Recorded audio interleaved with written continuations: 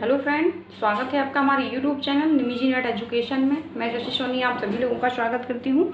और हमारा इससे पहले यूनिट 7 चल रहा था। यूनिट 7 में हमने बात कर ली थी फ्लैंडर्स का अंतःक्रिया विश्लेषण, इसके बाद गैलावे का अंतःक्रिया विश्लेषण, इसके बारे में बात कर ली थी।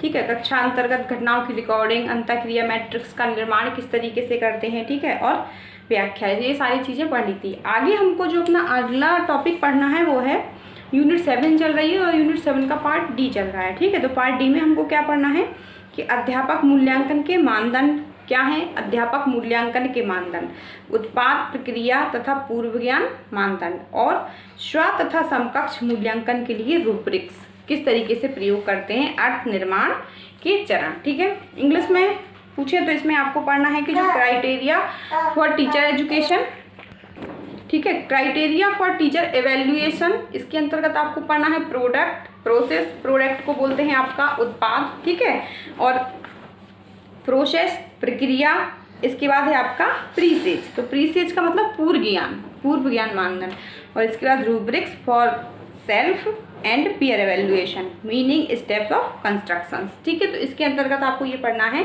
तो हम जो टॉपिक शुरू करते हैं वो है कि अध्यापक मूल्यांकन के मानदंड क्या हैं। ठीक है, तो अध्यापक मूल्यांकन के मानदंड, क्राइटेरिया फॉर टीचर एवेल्युएशन। ठीक है, यहाँ पर अभी हमने जो एवेल्युएशन किया था सबसे पहले जब हमने शुरुआत की थी पेडागोजी यूनिट 7 की, ठीक है, जब हमने शुरुआत की थी यूनिट 7 पेडागोजी, तो पेडागोजी में हमने सबसे पहले पढ़ा था आपका चाइल्ड पेडागोजी, शिक्षण शास्त्र। इसके बाद हमने पढ़ा उसमें शिक्षण शास्त्र का मूल्यांकन कि एक बच्चे को हम पढ़ाते कैसे हैं, कौन सी शिक्षण विधियों का यूज करते हैं, किस तरीके से एक हम बच्चे को सिखाने में, पढ़ाने में, कौशल उसको डेवलप करने में कि कौन कौन सी क्रियाओं की हेल्प लेते हैं, और इसके बाद एक बच्चे का हम कैसे विकास करते हैं, कैसे उसकी ग्रोथ होती है और कैसे आगे हम उसका मूल्यांकन करते हैं। तो ये चीज़ पढ़ी थी। इसके बाद हमने बच्चे के मूल्यांकन के बारे में विधियाँ पढ़ी कि कौन कौन से टूल्स होते हैं जिससे हम एक बच्चे के मूल्यांकन कर सकते हैं। ठीक है, इसके बाद अगले जो सेकंड पार्ट में हमने पढ़ा एंड्रागोजी। एंड्रागोजी एक एडल्ट एजुकेशन, ठीक है, एक वयस्क व्यक्ति को हम कैसे सिखाते हैं, किस तरीके से उसको आगे बढ़ने में हेल्प करते हैं, कौन कौन सी उसकी शिक्षण विधियाँ होती हैं, आगे उनका जो एवेल्युएशन करते हैं वो कौन कौन से टूल्स होते हैं।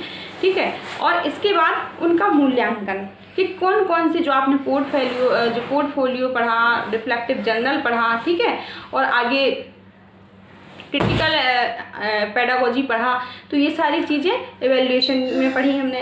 अब हमको जो पढ़ना है, ठीक है, इसके बाद हमने कि शिक्षक का व्यवहार कैसा होता है। ठीक है, हमने फ्लैंडर्स अंतःक्रिया विश्लेषण पढ़ा, गैलावे अंतःक्रिया विश्लेषण पढ़ा कि एक टीचर का बिहेवियर कैसा होता है, किस तरीके से वो रोल प्ले करता है जब क्लास में जाता है, तो क्या उसकी एक्टिविटी होती हैं, कौन कौन से उसके वर्बल बिहेवियर होते हैं, तो ये हमने फ्लैंडर्स के अंतर्गत पढ़ा। इसके बाद गैलावे में क्या पढ़ा कि जब टीचर क्लास में जाके जो भी क्रियाएं करता है क्लास के अंदर बच्चे को सिखाने के लिए, तो कौन से उसके वर्बल बिहेवियर होते हैं और कौन से उसके नॉन वर्बल बिहेवियर भी होते हैं। ठीक है, कौन कौन से उसके नॉन वर्बल बिहेवियर होते हैं, तो हमने यहाँ तक पढ़ लिया। अब हमने बच्चे का भी सिखाना पढ़ लिया, उसका मूल्यांकन भी पढ़ लिया, एडल्ट व्यक्ति का भी पढ़ लिया, एक वयस्क व्यक्ति का भी पढ़ लिया, और उसका भी मूल्यांकन की विधियाँ पढ़ ली कि कौन कौन से उसकी विधियाँ हैं। इसके बाद आगे हमने शिक्षण के व्यवहार भी पढ़ लिए। अब हमको जो पढ़ना है वो पढ़ना है कि अध्यापक का मूल्यांकन। ठीक है, अध्यापक मूल्यांकन के मापदंड कौन कौन से होते हैं। ठीक है,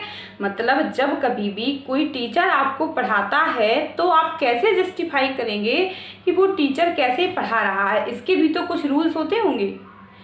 एक इफेक्टिव टीचर होता, प्रभावशाली टीचर होता है जो बहुत अच्छा पढ़ाता है, उसमें भी तो कुछ क्वालिटी होनी चाहिए, तो उसका भी मूल्यांकन। सभी लोग क्या टीचर बनने के योग्य होते हैं, क्या सभी लोग पढ़ा सकते हैं, क्या सभी लोग एक जैसा पढ़ाते हैं। कुछ टीचर होते हैं जो एक बार बोल देते हैं तो चीज़ें समझ में आ जाती हैं, लेकिन कुछ टीचर होते हैं जो बार बार हमको समझाते रहते हैं फिर भी चीज़ें हमारी समझ में नहीं आती हैं। तो यहाँ पर हम केवल बात कर रहे हैं अध्यापक मूल्यांकन, जो क्राइटेरिया है वो क्या क्या है, इनके कौन कौन से इनके मानदंड है, मापदंड है। तो मापदंड में आपको 3 चीज़ों को पढ़ना है कि उत्पाद, प्रोडक्ट, प्रक्रिया, प्रोसेस, और पूर्व ज्ञान मानदंड जिसको बोलते हैं प्रीसेस। ठीक है, तो ये 3 चीज़ें आपको पढ़नी है मानदंड के आधार पर।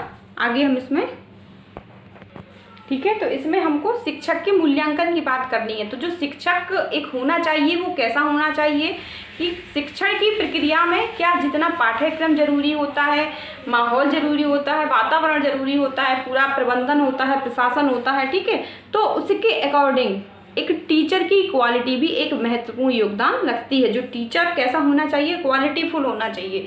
जो क्या होना चाहिए, एक ऐसा नहीं हो कि केवल टीचर अपने व्यवसाय के लिए पढ़ा रहा हो, ठीक है, व्यवसाय के लिए तो ठीक है, ठीक, और बाकी उसमें क्या होना चाहिए कि जो बच्चे को वो पढ़ा रहा है केवल अपनी इनकम के लिए ना भर सोच के, केवल जो शिक्षा के उद्देश्य हैं और बच्चों को वो कितना हद तक सिखा पा रहा है, उनके जो ज्ञान में कितनी ग्रोथ कर पा रहा है, कितना उनको नॉलेज दे पा रहा है और कितना उनके व्यक्तित्व का डेवलपमेंट कर पा रहा है, कौन कौन सी क्रियाएं बच्चों को सिखा रहा है। तो ये जब बच्चे सीख जाते हैं तो बाद में हम जो मूल्यांकन करते हैं वो जो होता है, जो होता तो छात्रों का रिजल्ट तो छात्रों का आता है, लेकिन उसमें एवेल्युएशन किसका होता है, टीचर का होता है। जैसे मान लीजिए आप कहीं भी कोचिंग ज्वाइन करते हैं, ठीक है, तो पढ़ आप रहे हैं, रिजल्ट आपका आएगा, लेकिन होगा क्या, एक इनडायरेक्ट तरीके से देखें, ठीक है, इंडिविजुअल तरीके से देखें तो क्या होगा कि वो टीचर का मूल्यांकन है। यदि आपका नेट क्वालिफाई हो गया तो क्वालिफाई तो आप हुए हैं, लेकिन उसमें शिक्षक भी एक महत्वपूर्ण योगदान रखता है आपका नेट क्वालिफाई कराने में, या कोई भी आप पढ़ाई कर रहे हैं। तो यदि शिक्षण कैसा होना चाहिए, प्रभावशाली होना चाहिए। प्रभावशाली क्या कि उसमें जो बच्चे को अपने सिखा रहा है उसमें क्वालिटी होनी चाहिए, तभी वो बच्चे को सिखा पाएगा। ऐसा ना हो कि मान लीजिए, देखिए जो क्लास में अंतःक्रिया होती है, शाब्दिक होती है, अशाब्दिक होती है, जो वर्बल नॉन वर्बल बिहेवियर्स होते हैं, तो टीचर कैसा होना चाहिए, प्रभावशाली होना चाहिए कि जो बच्चे को समझा रहा है वो उसी ढंग से बच्चे को समझ में भी आए। ऐसा नहीं है टीचर बोल रहा है, समझा रहा है और बच्चे को कुछ भी समझ में नहीं आ रहा है। जैसे कि आपने नॉर्मल देखा होगा, आप लोग ने जब पढ़ाई की होगी तो खुद का एक्सपीरियंस एक होगा।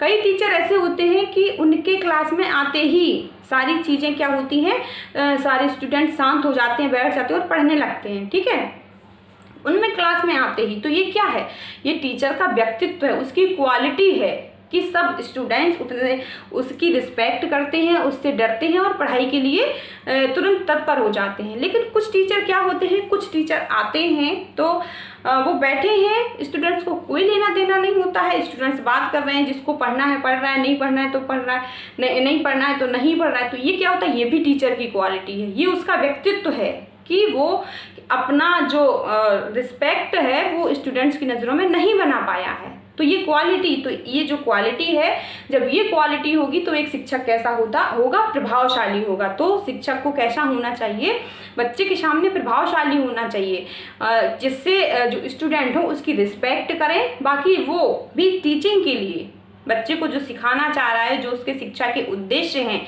जो एक स्टूडेंट्स को मिलते हैं, वही टीचर का मूल्यांकन होता है, ठीक है। जैसे मैं आपको सिखा रही हूँ और आपने कितना सीखा, मैंने आपको जैसे एक छोटा सा एग्जाम्पल ले लीजिए, मैंने किसी एक छोटे से बच्चे को ट्यूशन दिया, ठीक है, अब मैं उसको सिखा रही हूँ, बच्चा कुछ सीख ही नहीं रहा है, ठीक है, तो ये बच्चे का मूल्यांकन नहीं है। हमने उसका रिजल्ट लिया और बच्चे का जो मार्क्स आया वो 0 आया, तो ये बच्चे का मूल्यांकन नहीं है, ये टीचर का भी मूल्यांकन है। बच्चे का तो है ही, साथ में ये इनडायरेक्ट तरीके से टीचर का मूल्यांकन है। क्यों, मैं उसको बच्चे को इतने दिन से पढ़ा रही हूँ और बच्चे ने कुछ भी नहीं सीखा, इसका मतलब है कि कहीं ना कहीं मेरी पढ़ाई में कमी है, मैं बच्चे को ढंग से डील नहीं कर पा रही हूँ, ठीक है। तो ये चीज़ इस तरीके से हम अध्यापक का मूल्यांकन करते हैं बच्चे के परिणाम के तौर पे। तो इन्होंने जो अध्यापक मूल्यांकन के जो मापदंड बताए हैं वो 3 बताए हैं, इसके बारे में बात करेंगे। लेकिन पहले हम देख लेते हैं कि एक टीचर की कौन कौन से गुण होते हैं और कौन कौन सी विशेषताएं होती हैं, क्या क्वालिटी होनी चाहिए एक टीचर के अंतर्गत, ठीक है। तो हम बात करते हैं अब कि एक टीचर की क्या क्या क्वालिटी होती है और एक टीचर की क्या क्या कौन कौन सी विशेषताएं होती हैं। तो जैसे सबसे पहले जो क्वालिटी होगी, सबसे पहले हमने लिखा व्यावसायिक कुशलता, ठीक है। तो सबसे पहले हम देखेंगे कि जब एक टीचर व्यवसाय के रूप में हमको पढ़ा रहा है तो वो कितना सक्षम है पढ़ाने में और कितना एक जो व्यवसाय भी कर रहा है तो उसमें वो कितना ईमानदारी के साथ कर रहा है। मान लीजिए हमसे उस टीचर ने पैसा पूरा ले लिया और हमको उतना कंटेंट नहीं दे रहा है, उतना अच्छे से नहीं पढ़ा रहा है जितना हमारे लिए ज़रूरी है, तो एक व्यावसायिक कुशलता भी उसके अंदर होनी चाहिए। यदि वो टीचिंग का व्यवसाय कर रहा है तो उसमें कैसा होना चाहिए, वो सक्षम होना चाहिए, ठीक है। ऐसा नहीं है कि बस केवल टीचिंग को व्यवसाय बना दे और बच्चों के लिए कुछ भी ना करे। ठीक है, अगला है समर्पण की भावना, कि टीचर के अंदर छात्रों के प्रति समर्पण की भावना होनी चाहिए, कि छात्रों के प्रति जो एक शिक्षक है वो कितना समर्पण है, वो कितना अपना उनको मानता है, क्योंकि छात्र का और शिक्षक का जो संबंध होता है उनका बहुत क्लोज संबंध होता है। तभी ऐसा संबंध होना चाहिए कि कुछ भी छात्र यदि पूछना चाहते हैं तो खुल के अपने शिक्षक से पूछ ले, और शिक्षक का जो बिहेवियर होना चाहिए वो ऐसा होना चाहिए कि वो यदि छात्र कुछ पूछ रहे हैं तो वो बहुत ही अच्छे तरीके से उनका क्या करे कि उनको जो भी टेंशन है उनकी सॉल्व कर दे, जो भी प्रॉब्लम है उनकी सॉल्व कर दे। तो समर्पण का भाव होना चाहिए, जिससे जो छात्र हो वो कोई भी कुछ भी पूछने में या कोई भी बात करने में टीचर से झिझके ना। ठीक है, अगला विश्वसनीय। तो शिक्षक कैसा होना चाहिए? विश्वसनीय होना चाहिए, विश्वास के योग्य होना चाहिए, कि वो जो हमको बता रहा है, वो जो सूचनाएं हमको दे रहा है, जो पढ़ाई से रिलेटेड जो भी वो बात कर रहा है वो कैसी होंगी? सही होंगी। ठीक है, ऐसा नहीं है कि जो टीचर के पास हम जा तो रहे हैं पढ़ने के लिए, लेकिन वो हमको पढ़ाई से रिलेटेड तो कुछ बताता ही नहीं है और हमारा क्या कर रहा है, हमको धोखे में रखे हुए है। ठीक है, तो विश्वसनीय होना चाहिए शिक्षक की क्वालिटी है ये सारियाँ। ठीक है, सम्मान की भावना, जो शिक्षक है उसका देखिए, जब हम किसी का सम्मान करेंगे तभी दूसरा व्यक्ति मेरा भी सम्मान करेगा। तो शिक्षक का ऐसा नहीं है कि छात्र ही केवल शिक्षक का सम्मान करेंगे, शिक्षक के अंदर भी क्या होनी चाहिए? छात्रों के प्रति सम्मान की भावना होनी चाहिए, और जो उनसे रिलेटेड जो भी उनके पेरेंट्स हैं उनके भी प्रति सम्मान की भावना होनी चाहिए। कि ऐसा नहीं है कि छात्र ने कोई छोटा सवाल पूछ लिया तो उसने क्या कर दिया, टीचर ने उसका मजाक उड़ा दिया। क्योंकि चीज़ें हैं तो जो भी छोटी हो या बड़ी हो, छात्र को सम्मान के साथ टीचर को रखना चाहिए और सम्मान के साथ उससे पेश आना चाहिए। तो छात्रों के प्रति टीचर के मन में क्या होना चाहिए? सम्मान होना चाहिए, रिस्पेक्ट होनी चाहिए, क्योंकि टीचिंग का जो रिलेशन होता है स्टूडेंट उस टीचर के बीच में वो कैसा होता है? बराबर का होता है। ठीक है, आपका है अगला है आलोचनात्मक सोच। ठीक है, आलोचनात्मक सोच मतलब एक क्रिटिकल तरीके से, ठीक है, आलोचनात्मक एक क्रिटिकल तरीके से जो टीचर क्या करे, सोच विकसित करे अपनी। मतलब कि यदि कोई स्टूडेंट कुछ पूछ रहा है तो ये ऐसा अगर है तो क्यों है, तो वो सारे उसके जवाब दे सके। मतलब यदि स्टूडेंट ने कुछ कहा ऐसा है तो क्यों है, तो कोई भी घटना हुई है तो वो क्यों घटित हुई है और उसके क्या कारण है, ये सारी चीज़ें बच्चे को बताने की क्षमता रखता हो, आलोचनात्मक सोच रखता हो। ठीक है, अगला है जिम्मेदारी की भावना। तो ये सबसे ज़्यादा इम्पोर्टेंट है कि जिम्मेदारी की भावना उसके अंदर होनी चाहिए, कि जो उसकी रिस्पॉन्सिबिलिटी है वो अपनी पूरी तरीके से निभाए। ऐसा नहीं है कि मान लीजिए क्लास में टीचर 2 दिन आता है और 2 दिन गैप करता है, उसकी जिम्मेदारी जो है, उसके पास जो शिक्षा से रिलेटेड उसका जो उद्देश्य है, जो बच्चों को उसको पढ़ाना है, वो क्या जिम्मेदारी का निर्वहन करे और पूरा बच्चों को अच्छे से अपनी जिम्मेदारी उठाए, तभी वो स्टूडेंट कैसे होंगे, वो भी रिस्पॉन्सिबल होंगे। ठीक है, अगला है सीखने की इच्छा। सीखने की इच्छा से मतलब है कि बच्चों में सीखने की इच्छा जागृत करे। ठीक है, नई नई सोच को, नए नए विचारों को, नए नए प्रयोगों को करने के लिए बच्चों को जागृत करे, मोटिवेट भी करे। ठीक है, तो तभी एक शिक्षक क्या हो सकता है, प्रभावशाली हो सकता है और एक क्वालिटीफुल हो सकता है। तो ये शिक्षक के गुण होते हैं। तो ये सारी चीज़ें आपको मालूम होगा। मैं आपको एक छोटा सा एग्जाम्पल देती हूँ जो कि मेरे पड़ोस का ही एग्जाम्पल है, एक रियल घटना बता रही हूँ आपको, वो टीचिंग से रिलेटेड है। तो मैं आपको बता रही हूँ कि मेरे यहीं पे पड़ोस में 3 बेटियां हैं उनकी। तो मान लीजिए वो पता है 3 साल उनको पढ़ाया गया, लेकिन बच्चों को कुछ भी नहीं आता था। मैंने उनको देखा, कुछ भी नहीं आता था। टीचर उनको पढ़ाने आता था तो वो क्या करती थी कि टीचर आ गए हैं, बैठे हैं, बच्चों को बुला रहे हैं, आ जाओ बेटा मैं आ गया हूँ, पढ़ा दूँ। तो जो बेटियां थी उनकी बोल देती थी अभी आ रही हूँ, अभी मैं खाना खा रही हूँ। मतलब कोई भी रिस्पॉन्सिबिलिटी उनकी नहीं थी, ना टीचर में इतनी क्वालिटी थी कि वो बच्चों को पढ़ा सके। और टीचर आते भी थे तो वो बैठे रहते थे, बच्चे पढ़ रहे हैं नहीं पढ़ रहे हैं, टीचर को भी कोई लेना देना नहीं था। मतलब कि 2 साल उस टीचर से उनके बच्चों ने पढ़ा, लेकिन कोई भी प्रोग्रेस नहीं हुई स्टूडेंट्स में। ठीक है, कोई भी प्रोग्रेस नहीं हुई उनके बच्चों में। फिर क्या हुआ, तो इसी चीज़ का मूल्यांकन करना है कि टीचर ने 2 साल पढ़ाया और बच्चों को कुछ भी नहीं आया, तो ये बच्चों का मूल्यांकन नहीं है, ये टीचर। यहाँ पर बच्चे गलत नहीं है, टीचर गलत है। क्यों? टीचर में इतनी क्षमता होनी चाहिए बच्चों को पढ़ाने की, बच्चों को डील करने की और उनको सिखाने की। तो जो यहाँ पर मूल्यांकन की बात की जा रही है वो यही की जा रही है कि जो हम करते तो टीचर का मूल्यांकन है, लेकिन बच्चों को उसने क्या सिखाया, जो शिक्षा के उद्देश्य थे वो कितने पूरे हुए, क्या उसने कौशल सीखे, क्या उसमें के बिहेवियर में परिवर्तन आया, क्या क्या चीज़ें उसमें न्यू हुई, तो वो सब क्या होता है, शिक्षा का मूल्यांकन होता है। ठीक है। इसके बाद 2 साल बाद उस टीचर को उनके पेरेंट्स ने हटा दिया कि ये टीचर बच्चों को कुछ भी नहीं सिखा पा रहा है, बच्चों में कोई भी ग्रोथ नहीं हो रही है, बच्चों में कोई भी डेवलपमेंट नहीं हो रहा है, बच्चों को कुछ भी नहीं आ रहा है। तो फिर उन्होंने एक दूसरे टीचर को रखा जो कि थोड़ा एजेड थे और कम से कम 40 ईयर्स के थे। ठीक है। तो 40 ईयर्स के वो टीचर थे, लेकिन उनमें मतलब उनका जो क्वालिटी थी वो इतनी अच्छी थी कि मेरे पड़ोस की ही बात बता रही हूँ कि जो वो टीचर आते थे तो बच्चों को बुलाना नहीं पड़ता था, बच्चे टाइम के पहले अपना बैग लेके, टाइमिंग हो गई कि टीचर आने वाले हैं, बच्चे टाइम के पहले अपना बैग लेके बैठ जाते थे और उनके आने के बाद वो ना बच्चों को मारते थे, बस डांटते थे, उन्होंने कभी नहीं मारा, लेकिन फिर भी बच्चे इतने अच्छे से पढ़ते थे और 6 महीने में बच्चों में बहुत ज़्यादा डेवलपमेंट दिखा, क्योंकि बहुत सारी चीज़ें उन्होंने बच्चों को सिखा दी और बच्चे अपने आप मतलब उससे भी रहते थे, अनुशासित रहते थे। बच्चों को ये नहीं कि टीचर की बात नहीं मान रहे हैं, कि पढ़ने में आनाकानी कर रहे हैं, कुछ भी नहीं था। तो ये टीचर की क्वालिटी है कि उन्होंने तुरंत उनको हैंडल कर लिया। और जो पहले टीचर्स पढ़ाते थे तो जब वो आ जाते थे तब वो बच्चों को बुलाते थे, तो बच्चे कहते थे अभी मैं आ रही हूँ, अभी मैं ये कर रही हूँ, अभी आ रही हूँ, रुक जाइए सर 2 मिनट रुक जाइए, मैं आ रही हूँ। लेकिन जब दूसरा टीचर लगाया तो क्या हुआ कि बच्चे टाइम के पहले ही बैग लेके बैठ जाते थे, क्योंकि वो टीचर बोलते थे यदि आप यहाँ बैठे नहीं मिलेंगे तो मैं बाहर से चला जाऊँगा।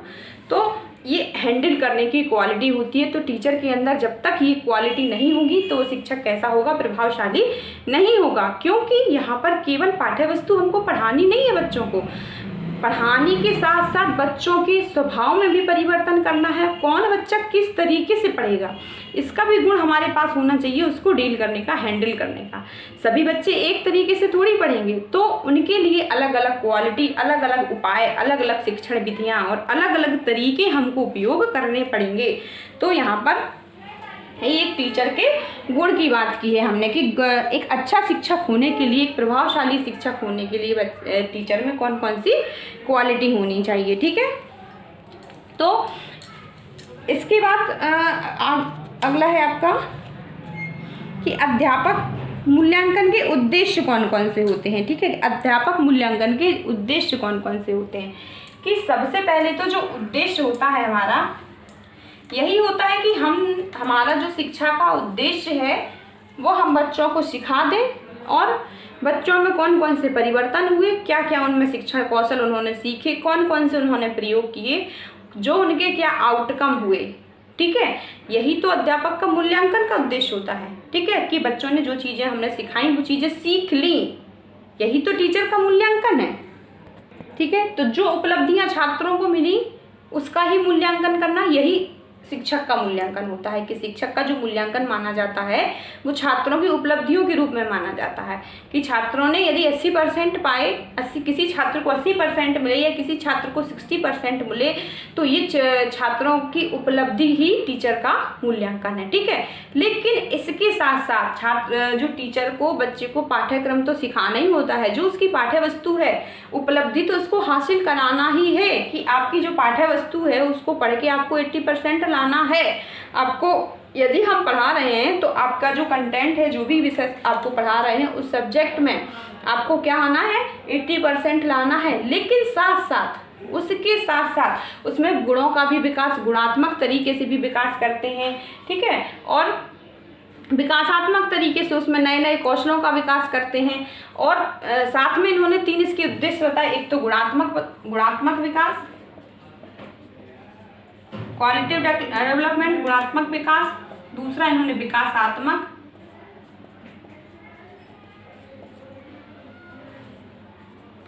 और तीसरा जो इन्होंने बताया है नवाचार उद्देश्य। ठीक है।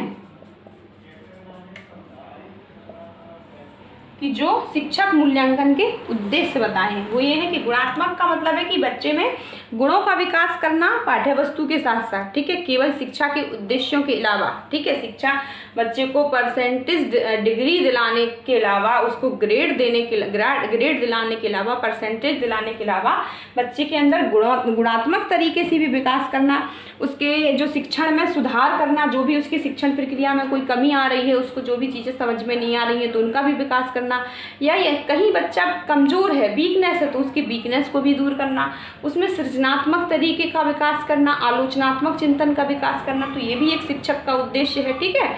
और अगला विकासात्मक, तो मतलब उसमें नए नए कौशल का विकसित करना, नए नए कौशलों का विकास करना, जो कौशल उसको सिखाए हैं उनका प्रयोग हम कैसे करेंगे, आगे उनको अपनी रियल लाइफ में उपयोग उनका कैसे करेंगे, तो ये चीज़ें। और नवाचार की जो शिक्षण की नई नई विधियां हैं उनके बारे में भी टीचर बच्चे को क्या देता है, ज्ञान देता है, और उनके बारे में भी कि नए जो शिक्षण विधियां आ रही हैं, जो नई नई ICT का प्रयोग आ रहा है, जो भी हमारे एजुकेशन में नई चीज़ें जुड़ रही हैं उनको भी बच्चे को सिखाना टीचर का क्या होता है, उद्देश्य होता है। इनके भी अंतर्गत जो टीचर का क्या दिखता है, मूल्यांकन होता है कि बच्चों ने कितना सीखा, ठीक है।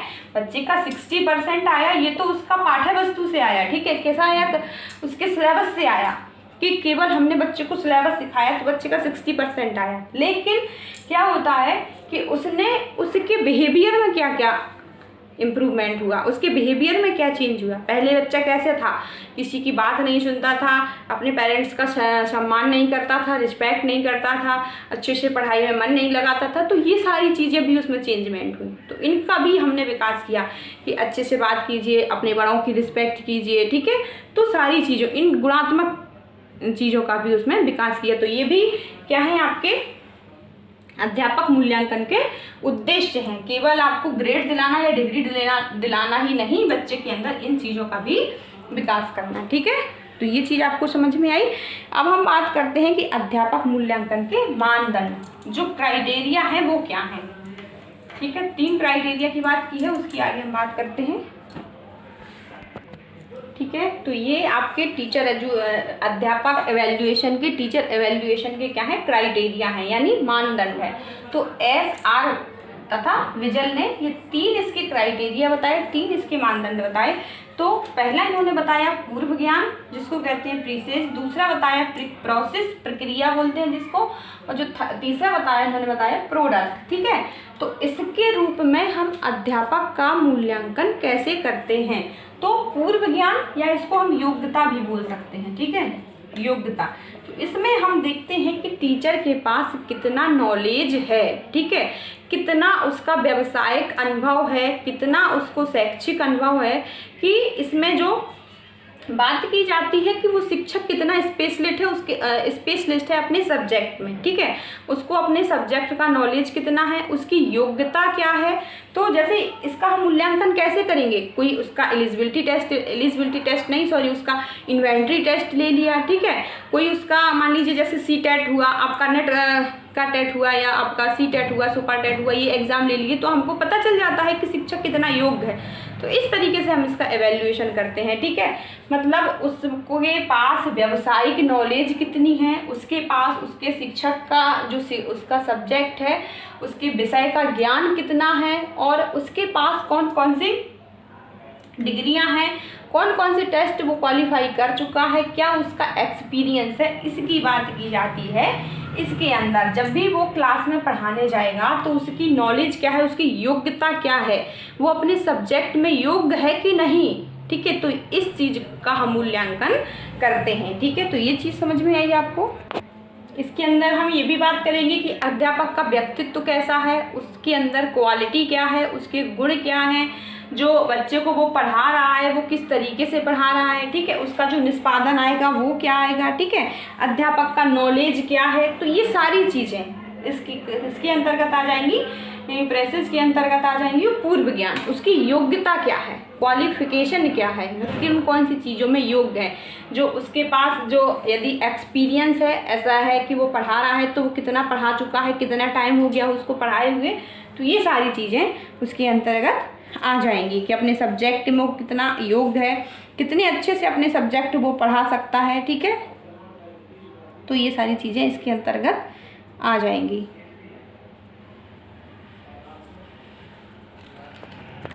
तो यहाँ पर हम जो अध्यापक का मूल्यांकन करते हैं वो इसके पूर्व ज्ञान की नॉलेज के आधार पर करते हैं, क्योंकि जैसे ही अध्यापक क्लास में जाता है, ठीक है, तो क्या इफेक्ट पड़ता है, तो यही चीज़ें तो देखी जाती हैं कि उसका पूर्व ज्ञान नॉलेज क्या है, उसके पास क्या क्या बच्चों से बात करने का उसका इंटरेक्शन कैसा है, वो बच्चों से किस तरीके से बात कर रहा है, उसका नेचर कैसा है, उसका स्वभाव कैसा है, क्या क्या उसके अंदर क्वालिटी है। तो ये एक क्या होता है कि इसके आधार पर ही जो टीचर का एक क्या होता है प्रभाव पड़ता है बच्चों के ऊपर, एक अट्रैक्शन पड़ता है कि जो शिक्षक कैसा है। ठीक है, तो इससे हम मूल्यांकन करते हैं उसकी प्रीवियस नॉलेज के अकॉर्डिंग। ठीक है, उसकी योग्यता क्या, तो इसमें क्या आ जाएगा कि सारी उसकी योग्यताएं आ जाएंगी। और इसमें क्या आ जाएगा, प्रक्रिया। यहाँ मतलब यदि हम एक आसान भाषा में समझें, एक साधारण सा एग्जाम्पल देके पहले हम आपको बताते हैं, फिर आपको ये तीनों चीज़ें समझ में आ जाएंगी, आगे हम उसकी बात करेंगे। इसमें जो होता है कि आपके पास नॉलेज क्या है, इसमें आएगा कि आपने बच्चों को पढ़ाया कैसे है।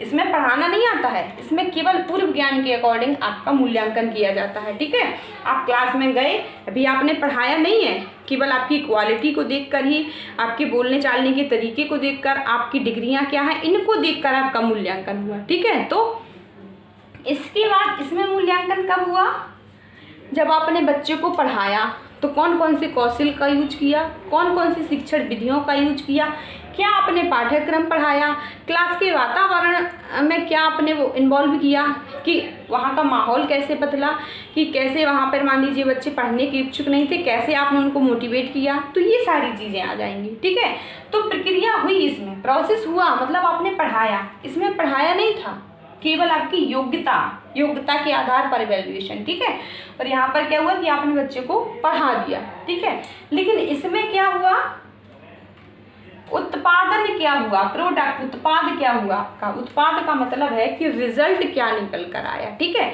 यहाँ पर आपने पढ़ाया नहीं था, केवल आपकी योग्यता का मूल्यांकन हुआ। यहाँ पर आपने प्रोसेस प्रक्रिया शुरू की, कक्षा के अंदर गए, आपने इंटरेक्शन किया, शिक्षक को पढ़ाया, छात्रों को पढ़ाया शिक्षक ने, और जो भी प्रक्रियाएं हुई उनके सीखने सिखाने के बीच में क्लास के अंदर। ठीक है, तो क्या सिखाया, बच्चों के बिहेवियर में कैसे परिवर्तन किया, बच्चों की कौन कौन सी स्किल्स कौशल डेवलपमेंट किए। ठीक है, बच्चों की समस्याएं कैसे दूर की। इसके बाद इसमें क्या हुआ, उत्पाद। तो मतलब कि जो हमारे शिक्षण का अंतिम जो उद्देश्य होता है वो क्या होता है, आउटकम। इसको नॉर्मल भाषा में आउटकम भी बोल सकते हैं। ठीक है, आउटकम कि रिजल्ट क्या आया, और इसीलिए तो हम पढ़ाते हैं, इसीलिए तो पढ़ाते हैं कि रिजल्ट, हमारे पढ़ाने का उद्देश्य क्या होता है कि हमारा रिजल्ट अच्छा आए। हम लोग तैयारी कर रहे हैं, पढ़ रहे हैं, क्यों पढ़ रहे हैं, कि हमारा आउटकम क्या आ जाए, नेट पास आ जाए, JRF पास आ जाए। ठीक है, JRF क्वालिफाई हो जाए, तो आउटकम यही है। लेकिन अब आउटकम के आधार पर बच्चे का मूल्यांकन होता है कि हमने बच्चे को सिखाया, जो रिजल्ट आया उसके आधार पर टीचर का इवैल्यूएशन हुआ। ठीक है, तो पहले ही हमको पता होता है कि हम किस, जो हमारे पढ़ने का उद्देश्य है, शिक्षा का उद्देश्य है, वो शिक्षा के उद्देश्य हमारे किस सीमा तक प्राप्त हुए हैं, और जो हमने बच्चों को सिखाया वो बच्चों ने कितना सीखा, आउटकम के रूप में, प्रोडक्ट के रूप में हम ये चीज़ देखते हैं। ठीक है, एक और नॉर्मल सा एक एग्जाम्पल दे देते हैं रियल लाइफ से रिलेटेड इसी का। ठीक है, जैसे मान लीजिए कि कोई एक व्यक्ति है, वो खेती करने जा रहा है। ठीक है, खेती करने के लिए उसको क्या चाहिए, वो गेहूं की खेती कर रहा है, तो उसको गेहूं चाहिए।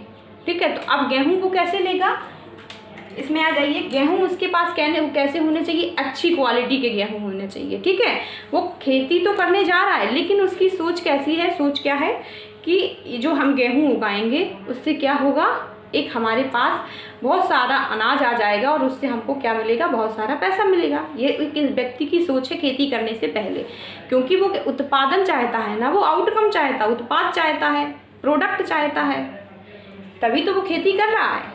तो यहाँ पर उसने क्या लिया कि बहुत ही अच्छे क्वालिटीफुल गेहूँ लिए, जो बीज लिया बोने के लिए वो कैसा हुआ, क्वालिटीफुल हुआ, जो वो बोएगा खेतों में जाके। ठीक है, तो यहाँ पर केवल क्वालिटी की बात की गई, लेकिन प्रोसेस यहाँ पे प्रक्रिया की बात क्या हुई कि जब उसने उस गेहूँ को खेतों में बोया, इसके बाद उसने सिंचाई की, पानी डाला और उसको धूप से बचाया, या मान लीजिए देखा कि जानवर ना खा जाएं उसको, तो ये सब चीज़ें क्या हुई, प्रोसेस के अंतर्गत आ जाएगी, प्रक्रिया के अंतर्गत आ गई। ठीक है, तो यहाँ पर उसने प्रोसेस की, प्रोसेस हुई यहाँ पर।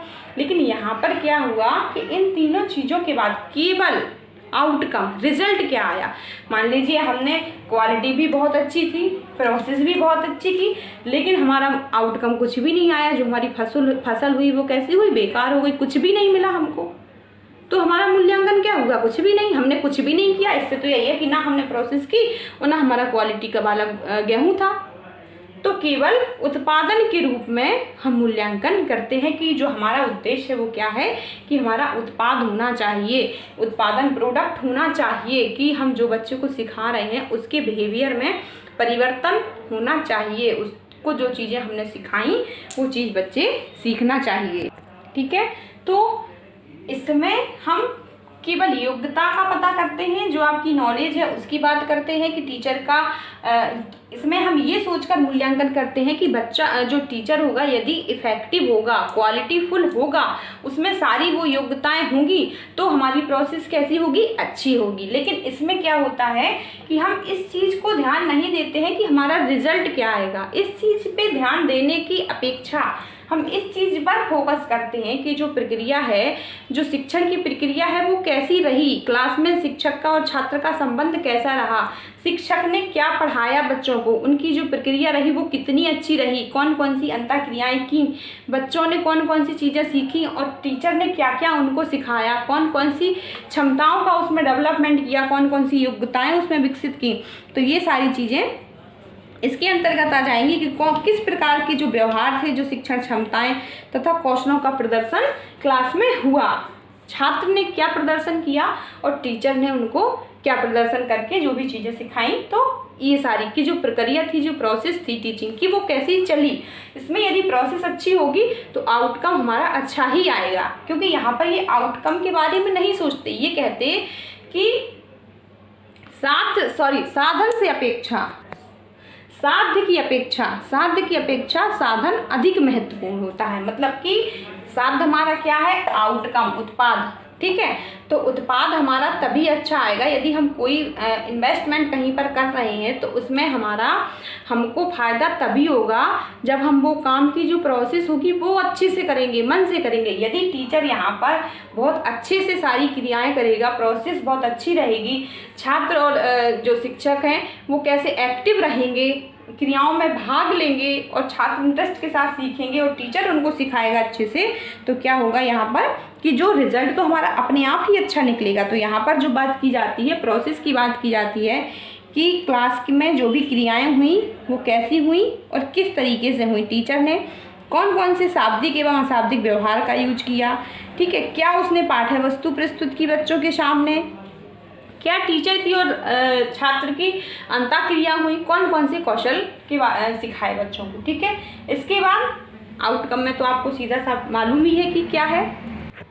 यहाँ पर बच्चे को जो भी टीचर सिखाता है वो किस उद्देश्य से सिखाता है कि उनका जो आउटकम हो वो बहुत अच्छा आए।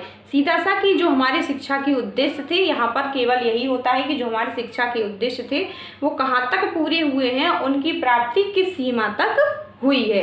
ये कैसे आंका जाता है, बच्चों के रिजल्ट के आधार पर। ठीक है, बच्चों का जो परसेंटेज आया, जो रिजल्ट आया, जो उत्पाद प्रोडक्ट हुआ, उसके आधार पर हम टीचर का मूल्यांकन करते हैं कि बच्चों में उनके बिहेवियर में क्या परिवर्तन हुए, तो ये सारी चीज़ें उनमें क्या डेवलपमेंट हुआ, तो ये प्रोडक्ट के तौर पर हम जो टीचर का मूल्यांकन करते हैं। ठीक है, तो यहाँ पर जो छात्र का जो रिजल्ट होता है, छात्र का जो टीचर का जो मूल्यांकन होता है वो कैसे होता है, छात्र की उपलब्धियों के आधार पर। ठीक है, तो ये चीज़ आपको समझ में आई।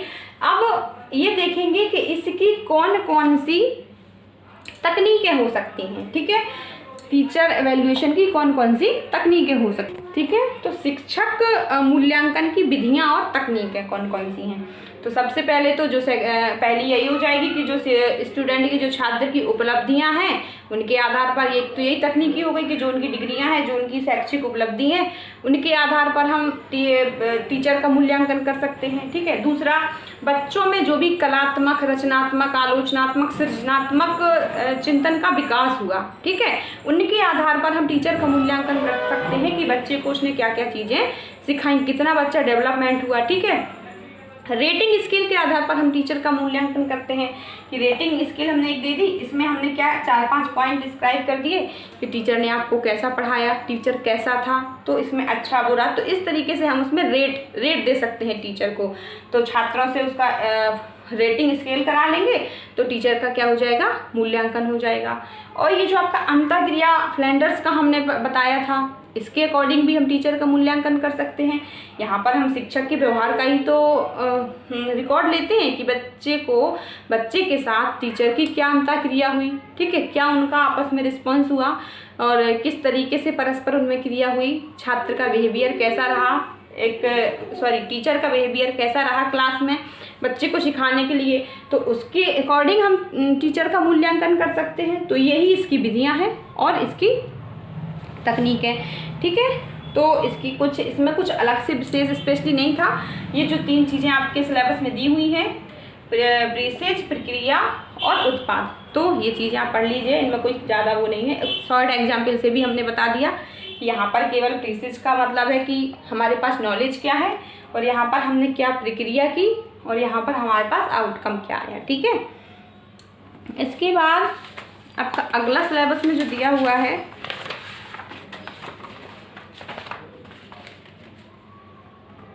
स्व तथा समकक्ष मूल्यांकन के लिए रूब्रिक्स। ठीक है। स्व तथा समकक्ष मूल्यांकन के लिए रूब्रिक्स, अर्थ एवं निर्माण के चरण, जिसको इंग्लिश में बोलेंगे rubrics for self and peer evaluation, meaning and step of construction. ठीक है। तो यहाँ पर हमको रूब्रिक्स पढ़ना है। रूब्रिक्स की बात हम पहले भी कर चुके हैं, इसके पहले जो हमने पाठ में पढ़ाया था तो रूब्रिक्स की बात की थी कि रूब्रिक्स क्या होता है। जो रूब्रिक्स है एक टूल्स है, ठीक है, एवेल्युएशन का, असेसमेंट का एक टूल्स है। ठीक है। रूब्रिक्स, अगला टॉपिक आपको रूब्रिक्स पढ़ना है। तो रूब्रिक्स सबसे पहले हम समझ लेते हैं रूब्रिक्स होता क्या है।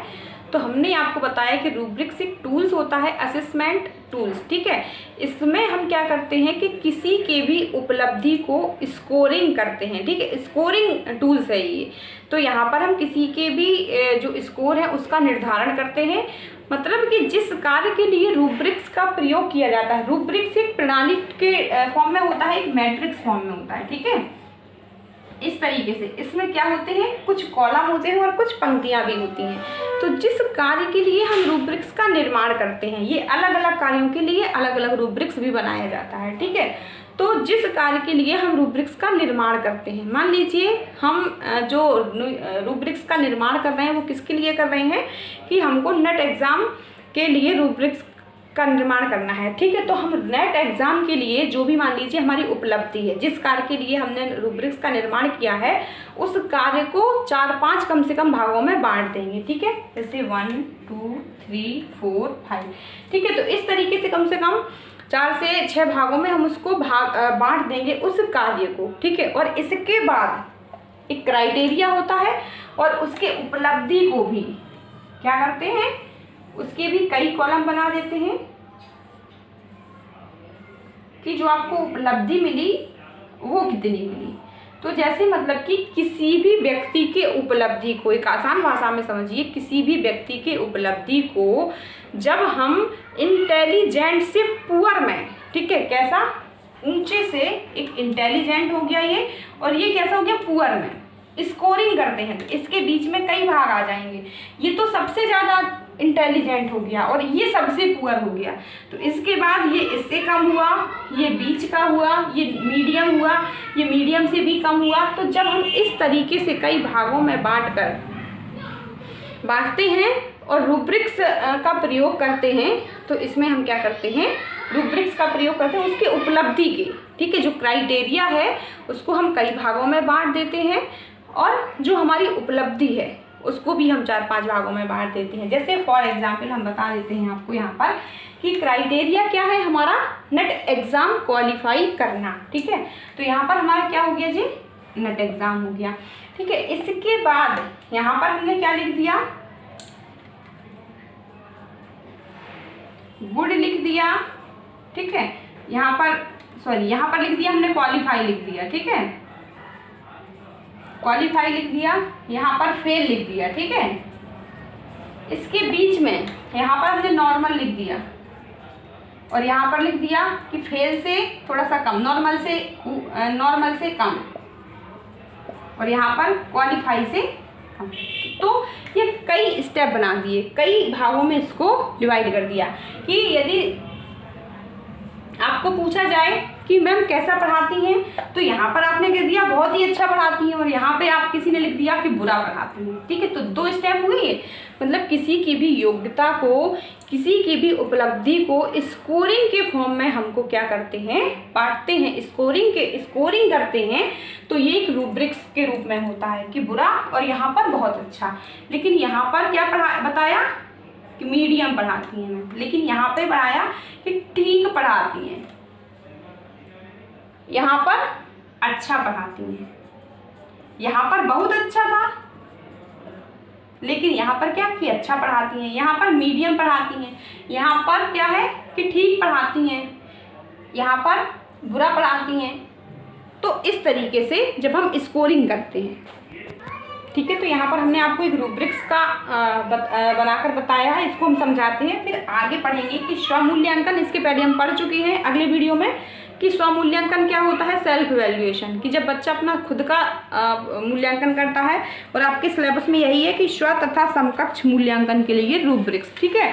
तो स्व मूल्यांकन के लिए हम रूब्रिक्स कैसे उपयोग करते हैं, समकक्ष मूल्यांकन के लिए हम रूब्रिक्स का कैसे यूज करते हैं। कि यदि हम अपने लिए मूल्यांकन कर रहे हैं, अपने मूल्यांकन के लिए हम रूब्रिक्स का प्रयोग कर रहे हैं, तो उसमें क्या चीज़ें होंगी, और हम किसी दूसरे व्यक्ति के लिए रूब्रिक्स का प्रयोग कर रहे हैं तो उसमें कौन कौन सी चीज़ें होंगी, ठीक है। तो इसमें जैसे हमने आपको एग्जाम्पल दिया था कि नेट क्वालिफाई, ठीक है। तो क्राइटेरिया हमारा क्या हुआ, ये हुआ, ठीक है, कि नेट। अब यहाँ पर हमने लिख दिया वेरी गुड, यहाँ पे लिख दिया गुड, और यहाँ पे लिख दिया मीडियम। तो इसको हमने कई भागों में क्राइटेरिया को बांट दिया, ठीक है। अब हमारी उपलब्धि क्या है, नेट। तो नेट को भी हमने इसके 4-5 भाग बांट दिए कि खोज एवं जानकारी, कार्य संबंध, जानकारी बांटना और टीम के साथ सहयोग। तो सबसे पहला हुआ कि जो हमारी नेट के लिए जो हमने जानकारी ली, जो किताबें हमने खोजी, जो भी हमने जानकारी ली कि हम कहाँ से पढ़ेंगे, क्या करेंगे, तो यहाँ पर हमने लिख दिया कि हमने स्वयं जो भी हमें जानकारी मिली, जो भी हमने पढ़ा, गूगल से पढ़ा या अपनी बुक से पढ़ा, तो क्या किया हमने, स्वयं किया, ठीक है, स्वयं हमने जानकारी ली, ठीक है। तो ये वेरी गुड हो गया। अब इसमें क्या हुआ कि यहाँ पर हमने लिखा कि हमने नेट के लिए जो भी हमारे पास इम्पोर्टेंट किताबें थी, कुछ किताबें हमने अपने फ्रेंड से ली, ठीक है, यहाँ पे ये लिख दिया, तो ये गुड हो गया। इसके बाद मीडियम क्या हुआ कि हमने अकेले ही पूरी जानकारी इकट्ठा नहीं की, अपने दोस्तों की हेल्प की मदद से कुछ चीज़ें हमने क्या की, इंटरनेट से ली, किसी टीचर से कुछ बुक ली, उनसे पढ़ाई की, और कुछ चीज़ें हमने अपने दोस्तों से पूछकर पढ़ाई की। तो ये चीज़ें आ जाएंगी, तो क्या हो जाएगा कि मीडियम हो जाएगा। तो इस तरीके से आपके ये क्राइटेरिया हो जाते हैं। अगला आ जाएगा कि कार्य संबंध, ठीक है। तो कार्य संबंध का मतलब है कि जो नेट के लिए हमने जो भी काम किए या जो हमने सिलेबस था वो हमने क्या कर लिया कि एग्जाम के पहले पूरा पढ़ लिया हमने, ठीक है। तो ये क्या हो गया, वेरी गुड हो गया। ये सेल्फ एवेल्यूशन के तौर पे हम बता रहे हैं कि जब हम अपना स्वयं का रूब्रिक्स करते हैं, ठीक है, स्वयं का उपलब्धि का जो भी अचीवमेंट है उसका हम स्वयं के लिए इसमें दिया, पूरे सिलेबस को हमने पढ़ लिया, ठीक है। तो क्या हो जाएगा कि जो हमारा कोर्स था, जो हमारा सिलेबस था, उसको हमने एग्जाम के पहले पूरा पढ़ लिया या पूरा समाप्त कर लिया। तो ये क्या हो गया, गुड हो गया। अगला इसमें आ जाएगा ये वेरी गुड हो गया, ठीक है। लेकिन गुड में क्या आ जाएगा कि एग्जाम के पहले लगभग मेरा आधा सिलेबस पूरा हो गया था, ठीक है, पूरा तो नहीं हुआ था लेकिन लगभग आधा हो गया था। तो ये क्या हो गया, गुड हो गया। अगला मीडियम में क्या आ जाएगा कि एग्ज़ाम के पहले मेरा सिलेबस बहुत कम पूरा हुआ था, लगभग बहुत कम पूरा कर पाए थे। ठीक है, यहाँ पे लगभग आधा हो गया था, लेकिन यहाँ पे क्या था कि एग्ज़ाम के पहले मेरा सिलेबस पूरा नहीं हुआ था, तो ये क्या हो गया, मीडियम हो गया। ठीक है, तो ये जो हम बात कर रहे हैं, जो आपकी सेल्फ इवैल्यूएशन के संदर्भ में रूब्रिक्स का हम कैसे यूज करते हैं उसकी बात हो रही है। ठीक है, अगला आ जाएगा आपका जानकारी बांटना। ठीक है, तो जानकारी बांटने में क्या आ जाएगा कि जो भी मैंने अपनी सारी जानकारियाँ ली, ठीक है, वो जो भी मेरे पास जानकारियाँ थी, जैसे मान लीजिए आपने व्हाट्सएप पर एक ग्रुप बना लिया, उससे आजकल पढ़ाई कर रहे हैं, तो जो भी मेरे पास इंफॉर्मेशन थी नेट एजुकेशन से लेके मैंने अपने ग्रुप में, जो व्हाट्सएप ग्रुप था उसमें शेयर की। ठीक है, तो सारी जानकारी मैंने क्या की कि अपने सारे फ्रेंड्स को शेयर की व्हाट्सएप पे ग्रुप में। ठीक है, और तो ये क्या हो गया, वेरी गुड हो गया। लेकिन दूसरा क्या हो गया कि जो भी मेरे पास क्वेश्चंस थे, जो भी मेरे पास नॉलेज थी, वो मैंने लगभग शेयर की। ठीक है, कुछ कम शेयर की, लेकिन यहाँ पर क्या आ जाएगा, तो ये गुड हो जाएगा। और यहाँ पर आ जाएगा कि मेरे पास जो भी इंफॉर्मेशन की थी, मैंने किसी से भी कोई शेयर नहीं की, मैंने किसी को भी नहीं दी, मैंने केवल और केवल स्वयं पढ़ाई की। तो ये आपका मीडियम हो गया। अगला आपका टीम के साथ सहयोग। ठीक है, तो वही आ जाएगा कि यहाँ पर हमने जो भी पढ़ाई की वो टीम डिस्कशन में की। ठीक है, टीम डिस्कशन जैसे मान लीजिए व्हाट्सएप वाला वही बात आ गई ना कि यहाँ पर जो भी हमारा बिहेवियर रहा वो कैसा रहा, हम ग्रुप में हमेशा एक्टिव रहे। ठीक है, हम ग्रुप में हमेशा एक्टिव रहे और टीम के साथ हमने पूरा ग्रुप के साथ पढ़ाई की, तो ये वेरी गुड हो गया। लेकिन यहाँ क्या था कि हम टीम में, ग्रुप में एक्टिव नहीं रहे या कम एक्टिव रहे। ठीक है, यहाँ पर हम ग्रुप में कम एक्टिव रहे और जो भी पढ़ाई की वो हमने ग्रुप से कम की। ठीक है, तो ये आपका गुड हो गया। मीडियम क्या हो गया कि हम अपने जो ग्रुप में बिल्कुल भी एक्टिव नहीं थे और हमने ग्रुप में पढ़ाई नहीं की। तो ये आपका क्राइटेरिया। तो ये चीज़ समझ में आई कि यहाँ पर हम क्राइटेरिया बांट देते हैं और यहाँ पर जो उपलब्धि होती है उसके कई भाग बांट देते हैं और इसके बाद रूब्रिक्स का प्रयोग करके हम उसको इंटेलिजेंट से पुअर में, ठीक है, इंटेलिजेंट से वेरी गुड से, अब जैसे इसके 3 भाग बांटे, 2 भाग और पढ़ सकते थे इसके। वेरी गुड हो गया, गुड हो गया, मीडियम हो गया, इसके बाद आ गया आपका बीच, इसके बाद आपका आ जाएगा पुअर आ जाएगा और यहाँ पर आपका आ जाएगा एक्सीलेंट आ जाएगा। ठीक है, तो 4-5 भाग में डिवाइड हो जाएगा। तो ये चीज़ समझ में आई कि किस तरीके से हम सेल्फ इवैल्यूएशन में रूब्रिक्स का प्रयोग करते हैं। ठीक है, अब ये दूसरा देखो, इसी में हम आपको बता रहे हैं, ये तो पहले जो हमने बताया ये आपका स्वमूल्यांकन, ठीक है, सेल्फ इवैल्यूएशन का बताया। अब आपका ये है किसी के समकक्ष, किसी दूसरे व्यक्ति के लिए यदि आप रूब्रिक्स का प्रयोग कर रहे हैं या टीचर के लिए रूब्रिक्स का प्रयोग कर रहे हैं तो कैसे करेंगे। ठीक है, तो ये तो आपका क्या हो गया कि क्राइटेरिया हो गया। ठीक है, इसके बाद क्या हो गया आपका उपलब्धि, ये क्राइटेरिया हो गया और ये उपलब्धि हो गई। ठीक है, ये आपको वेरी गुड मिला कि आपको गुड मिला कि आपको मीडियम मिला, तो ये आपकी क्या हुई, उपलब्धि हुई। और ये क्राइटेरिया क्या हो गए आपके, ये हुए कि आप कौन कौन से भागों में उनको बांट रही हैं। तो ये हम आपको पहले भी बता चुके हैं कि रूब्रिक्स में हम किसी भी व्यक्ति की जो उपलब्धि है, ठीक है, उसको कई भागों में बांट के इंटेलिजेंट से पुअर, ठीक है, बहुत अच्छे से और बिल्कुल बुरे में, बुरे फॉर्म में उसको देखते हैं। ठीक है, कई भागों में बांटकर उसका अध्ययन करते हैं। तो यहाँ पर जैसे मान लीजिए क्या हो गया कि एक टीचर, ठीक है, एक टीचर है तो उसकी बॉडी लैंग्वेज कैसी है, पढ़ाना उसका कैसा है। तो यहाँ पर जैसे एक क्राइटेरिया रख दिया, एक टीचर का आई कांटेक्ट कैसा है अपने छात्रों के साथ में। ठीक है, एक टीचर की पेसिंग कैसी है, मतलब कि बच्चों को किस तरीके से वो समझ पा रहा है, समझा पा रहा है कि नहीं समझा पा रहा है। और अगला है आपका पॉइस। ठीक है, तो एक टीचर जो है वो बच्चे को कितने अच्छे से मतलब शांत है, सरल स्वभाव वाला है कि नहीं है। तो यहाँ पर बॉडी लैंग्वेज की बात आ जाएगी। ठीक है, तो यहाँ पर हम कहेंगे कि जो टीचर की बॉडी लैंग्वेज है वो कैसी है, बहुत अच्छी है और बहुत अच्छे से बच्चे को वो समझाता है। तो ये वेरी गुड हो गया। और यहाँ पर हमने क्या कहा कि जो टीचर की बॉडी लैंग्वेज है वो ठीक है। ठीक है, तो ये आपका गुड हो गया। यहाँ पर क्या है कि टीचर की बॉडी लैंग्वेज कैसी है, मीडियम है, ज़्यादा अच्छी नहीं है, ज़्यादा अच्छे से बच्चों को समझा नहीं पाते हैं, ज़्यादा अच्छे से अट्रैक्टिव नहीं है, ज़्यादा प्रभावशाली शिक्षक नहीं है। तो ये आपका मीडियम हो गया। ठीक है, अगला हो गया आई कांटेक्ट। तो कहेंगे कि जो टीचर है वो क्लास में बच्चों से आंखें मिलाकर बात करता है तो इससे क्या होता है, कॉन्फिडेंस बढ़ता है, ठीक है। लेकिन तो ये वेरी गुड हो गया। और अगला क्या होता है गुड में, कि जो टीचर है वो बच्चों से ज़्यादा आंखें मिलाकर बात नहीं करता है और ज़्यादा अच्छे से बात नहीं करता है, आई कांटेक्ट उसका कैसा है, अच्छा नहीं है, ठीक है। तो ये गुड हो गया, या कम अच्छा है तो गुड हो गया। यहाँ पर क्या हो गया कि यदि बुरा है तो जो आई कांटेक्ट है, टीचर क्लास में बिल्कुल भी आई कांटेक्ट नहीं करता है बच्चों के साथ में, ठीक है। तो ये आपका क्या हो गया, मीडियम हो गया, ठीक है। इसके बाद आपका क्या आ जाएगा, पेसिंग। तो पेसिंग में क्या होता है कि जो टीचर के पढ़ाने का तरीका है वो कैसा है, अच्छा है। इसका मतलब गति, जो टीचर के पढ़ाने का तरीका है, जो गति है वो कैसी है, अच्छी है, छात्र समझ पा रहे हैं, तो आपका ये वेरी गुड हो गया। लेकिन अगला क्या हो गया कि जो टीचर के पढ़ाने का जो तरीका है वो कैसा है, ठीक ठाक है, लेकिन छात्रों को समझने में क्या हो रही है, कठिनाई हो रही है, तो ये आपका क्या हो गया, गुड हो गया। अब अगला क्या आ जाएगा कि जो टीचर के पढ़ाने का तरीका है वो कैसा है कि अच्छा नहीं है, छात्रों को समझने में कठिनाई हो रही है। तो अब इसमें आप क्या करेंगे, रूब्रिक्स का प्रयोग इस तरीके से कि जो भी आपका होगा उस कॉलम में आप टिक कर देंगे। यदि आपने टीचर का एवेल्यूएशन किया और आपको लगा कि टीचर बहुत अच्छा पढ़ा रहा है, सभी को समझ में आ रहा है, तो आप वेरी गुड पे लगा देंगे। लेकिन यदि आपको लगा कि टीचर बिल्कुल ख़राब है तो आपको यहाँ लगा देंगे। तो इस तरीके से रूब्रिक्स में हम इसका प्रयोग करते हैं, ठीक है। अगला आ जाएगा वॉइस, ठीक है। तो वॉइस का मतलब है कि यहाँ पर जो टीचर है वो कैसा है कि क्लास में कोई भी गलती नहीं कर रहा है, यानी संतुलन बनाकर क्लास में पढ़ाई करा रहा है बच्चों को। जो टीचर पढ़ा रहा है, पढ़ाने में वो कोई भी गलती नहीं कर रहा है, और जो उसकी वॉइस है उसमें भी जो पढ़ाने का तरीका है, वॉइस का जो आवाज़ है, उतार चढ़ाव है, वो कैसा है, सही है, ठीक है। तो ये वेरी गुड हो गया।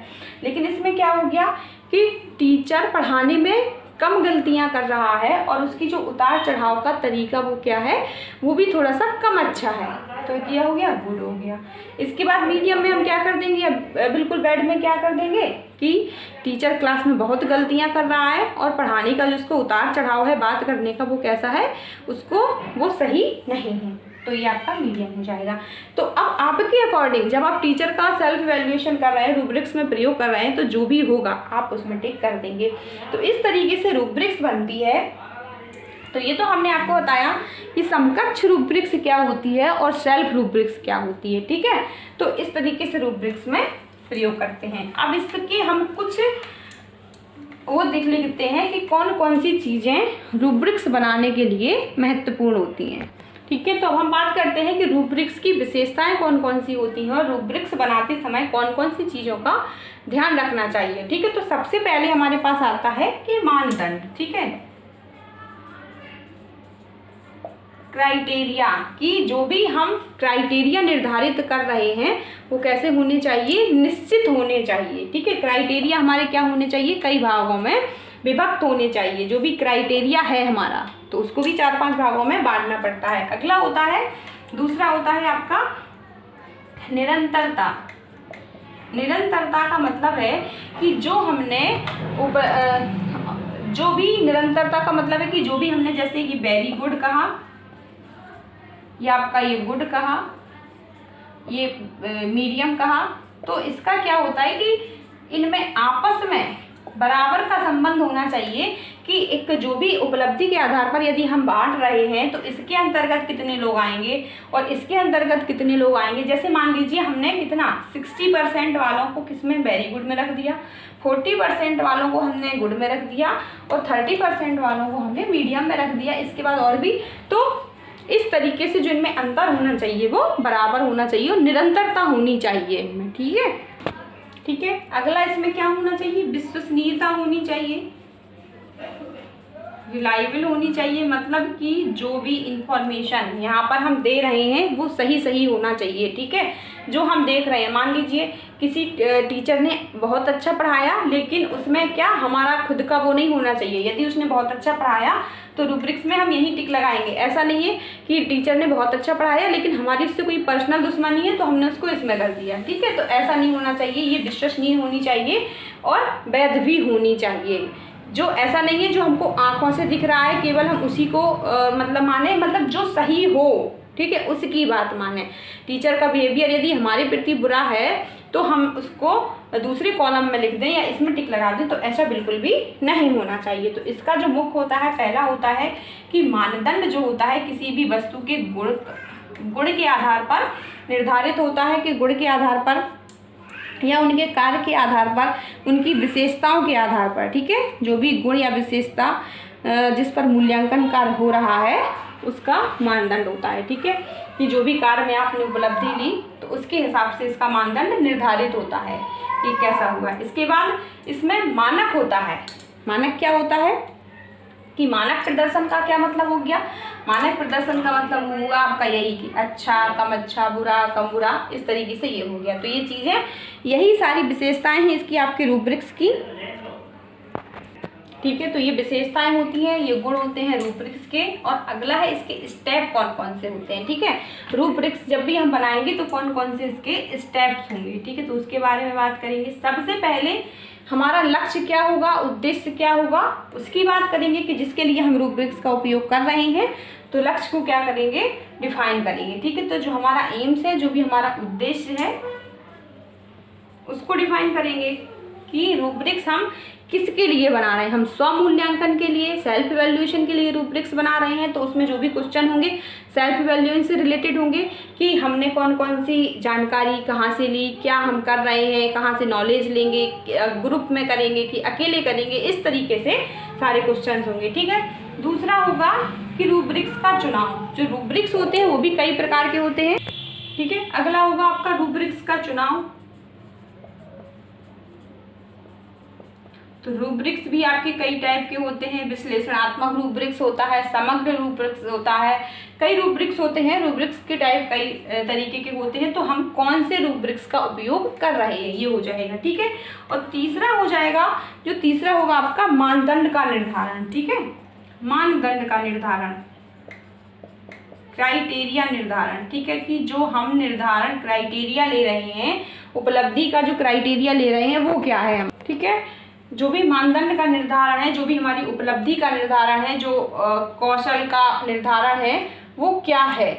ठीक है, किसके आधार पर हम उसको रखेंगे, तो उसका हम मानदंड का निर्धारण कर लेते हैं। इसमें सीधा सा कहेंगे तो जिसका हमको मूल्यांकन करना है उसका निर्धारण करते हैं कि जो चीज़ें हमको देखनी है कि टीचर कैसा पढ़ा रहा है। ठीक है, टीचर का आई कांटेक्ट कैसा है, टीचर की बॉडी लैंग्वेज कैसी है। तो इनका मानदंड हमने निर्धारित कर दिए, क्राइटेरिया निर्धारित कर दिया कि कौन कौन सी क्राइटेरिया हैं। ठीक है, चौथा हो जाएगा कि जो हमको मिला, ठीक है, प्रदर्शन, जो भी प्रदर्शन हुआ। यहाँ पर तो ये बात थी कि जो भी लक्ष्य या जो भी कौशल का या जो भी उपलब्धि का हमको मूल्यांकन करना है तो उसका क्राइटेरिया क्या होगा कि टीचर ने कैसा पढ़ाया, टीचर ने कहीं से देख के पढ़ाया कि टीचर ने अपने आप से पढ़ाया। तो ये क्राइटेरिया अलग अलग तरीके के हो जाएंगे। ठीक है, लेकिन यहाँ पर क्या आ जाएगा, प्रदर्शन आ जाएगा कि प्रदर्शन का स्तर निर्धारित करना कि यहाँ पर हम क्या करेंगे कि टीचर ने वेरी गुड पढ़ाया तो ये इसके अंतर्गत आ जाएगा। ठीक है, टीचर ने गुड पढ़ाया तो इसके अंतर्गत आ जाएगा। और यहाँ पर इसके अंतर्गत क्या आ जाएगा कि टीचर का आई कांटेक्ट कैसा था, टीचर की बॉडी लैंग्वेज कैसी थी, टीचर का सहयोग कैसा था, टीचर रिस्पेक्ट से बात कर रहा है, उपलब्धि रही, क्या हमको मिला, तो उसका स्तर प्रदर्शन के अंदर क्या प्रदर्शन हुआ, क्या उपलब्धि रही, कौन सा कार्य हुआ। ठीक है, और हुआ कार्य हुआ तो कैसा हुआ, अच्छा हुआ, बुरा हुआ, तो ये इसके अंतर्गत आ जाएगा। ठीक है, अगला आ जाएगा आपका डिस्क्रिप्टिव्स लिखना। ठीक है, डिस्क्रिप्टिव्स लिखना। ठीक है, डिस्क्रिप्टिव्स लिखना। डिस्क्रिप्टिव्स लिखने का मतलब है वर्णनात्मक तरीके से लिखना या वर्णन करना। जो भी स्टेप आपने टिक लगाए थे इनको छोटे छोटे वाक्यों के रूप में लिखना। कि जैसे आपने कहा गुड में चिन्ह लगा दिया तो इसको यहाँ पर वर्णन करने के रूप में एक छोटे वाक्य के तौर पर लिखना, जो भी आपका क्राइटेरिया था, जो भी आप रिलेटेड था। जैसे यहाँ पर आपने टिक लगाया कि टीचर का आई कांटेक्ट कैसा था तो आपने वेरी गुड में लगाया। तो यहाँ पर एक छोटे वाक्य के रूप में लिखना कि टीचर का आई कांटेक्ट बहुत अच्छा था। ठीक है, तो इस तरीके से लिखना। और बाद में जो अंत में आ जाता है कि रूब्रिक्स को संशोधित करना। छठवां आ जाएगा रूब्रिक्स को संशोधित करना, कि जब हम रूब्रिक्स को छोटे छोटे वाक्यों में वर्णन कर लेते हैं तो उसके बाद उनकी संशोधन की भी आवश्यकता होती है, संशोधित भी करना पड़ता है कभी कभी।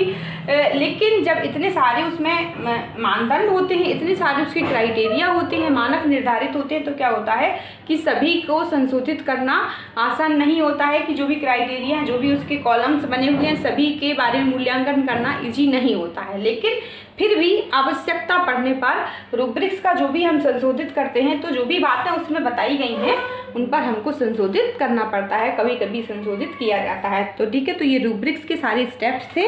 और आपको जो स्व मूल्यांकन होता है, सेल्फ एवेल्युएशन में रूब्रिक्स का हम कैसे प्रयोग करते हैं, या समकक्ष एवेल्युएशन के लिए रूब्रिक्स का प्रयोग कैसे करते हैं, तो ये बारे में आपको हम बता चुके हैं। ठीक है, तो थैंक यू। आज के लिए बस इतना ही। अगला आपका जो यूनिट है वो है यूनिट 8 शिक्षा के लिए प्रौद्योगिकी। ठीक है, तो शिक्षा में और के लिए प्रौद्योगिकी, टेक्नोलॉजी इन फॉर एजुकेशन। ठीक है, तो आगे की वीडियो में हम अगला टॉपिक न्यू लेंगे। ठीक है, तो इतना आज के लिए इतना है। उम्मीद करती हूँ आप सभी लोगों को अच्छे से समझ में आया होगा। Thank you.